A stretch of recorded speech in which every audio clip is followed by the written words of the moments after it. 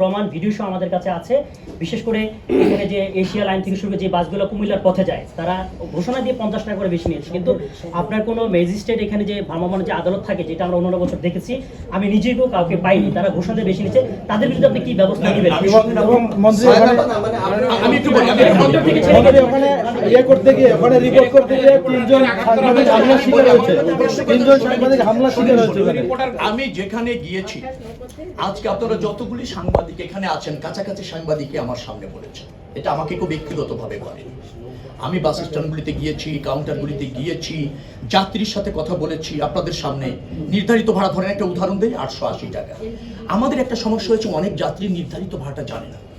এবার আমরা যেটা করেছি, প্রত্যেক যাত্রী কাউন্টারে গেলে নির্ধারিত ভাবে দেখতে পাবে, ডিসপ্লে, ডিজিটাল ডিসপ্লেতে থাকবে, কাউন্টারে থাকবে, ইভেন বাসে থাকবে, কারণ আমাদের একটা দুর্ভাগ্য, আমরা যাত্রীদের জানাতে পারিনি। আপনি শোনেন না, আমার কথার মতো কথা বলছেন, আপনি দেখেন, আমি যেটা বলি আগে শোনেন।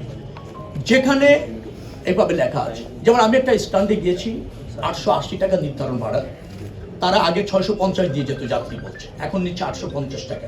তার ফলে আমার কাছে 200 টাকা বেশি নিচ্ছে। তো আমি বললাম, আপনি কি নির্ধারিত ভাড়াটা জানেন? আপনাদের মিডিয়ার সামনে কিন্তু, আমি তো আড়ালে অগোচরে না। তো বলছে যে না, আমি নির্ধারিত ভাড়া দিই, আমি তো 650 দিয়ে দিই। নির্ধারিত ভাড়াটা তোমাকে দেখানো হলো, তিনি বললেন হ্যাঁ তাই যদি হয় তাহলে তো ঠিক আছে, বেশি নেয়নি।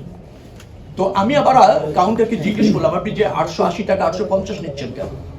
তিনি বলেন যে আমরা 880 না 850 আমরা নির্ধারণ করে নিয়েছি, যে 30 টাকা কম হলো আমাদের এই মুহূর্তে চলবে। তো সেখানে সে আবারও বললো যে আপনি কি চাপের কারণে নিচ্ছেন, আমাদের সুপারভিশন হচ্ছে, আমরা চাপ প্রয়োগ করছি এই কারণে নিচ্ছেন, নাকি না আমি স্বেচ্ছায় নিচ্ছি? কারণ সেটা নিয়েও রিপোর্ট হচ্ছে যে স্বেচ্ছায় নাকি ভাড়া কম নিচ্ছে।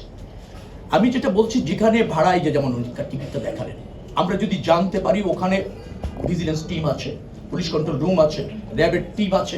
বারবার আমরা বলেছি যে যাত্রীদেরকে যদি এরকম কিছু হয়, অপরাধী তো আড়ালে আবডালে অনেকে নেওয়ার এই প্রবণতা তোমার আছে, এই চেষ্টাও আছে, আমি অস্বীকার করছি না। কিন্তু আমরা জ্ঞাত হলে অ্যাকশন নিনি, সরকার ব্যবস্থা নেয়নি, তার কোনো নজির নেই। যেখানে আমরা অভিযোগ পেয়েছি কার্যকর ব্যবস্থা নিয়েছি।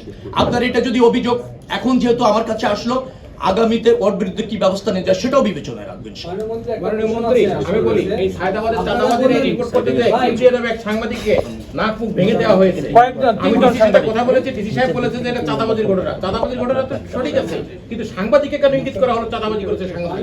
এটা কেন? ঠিক আছে, আমি এটা আমি জানলাম, দেখি, আমি জ্ঞাত ছিলাম না আপনাদের সাংবাদিকদের সাথে। দুই সাংবাদিকের মা মারা গেছে, ছেলেরাই ঘটনা দেখেছে। আপনার নির্ধারিত ভাড়া বলছেন যে 800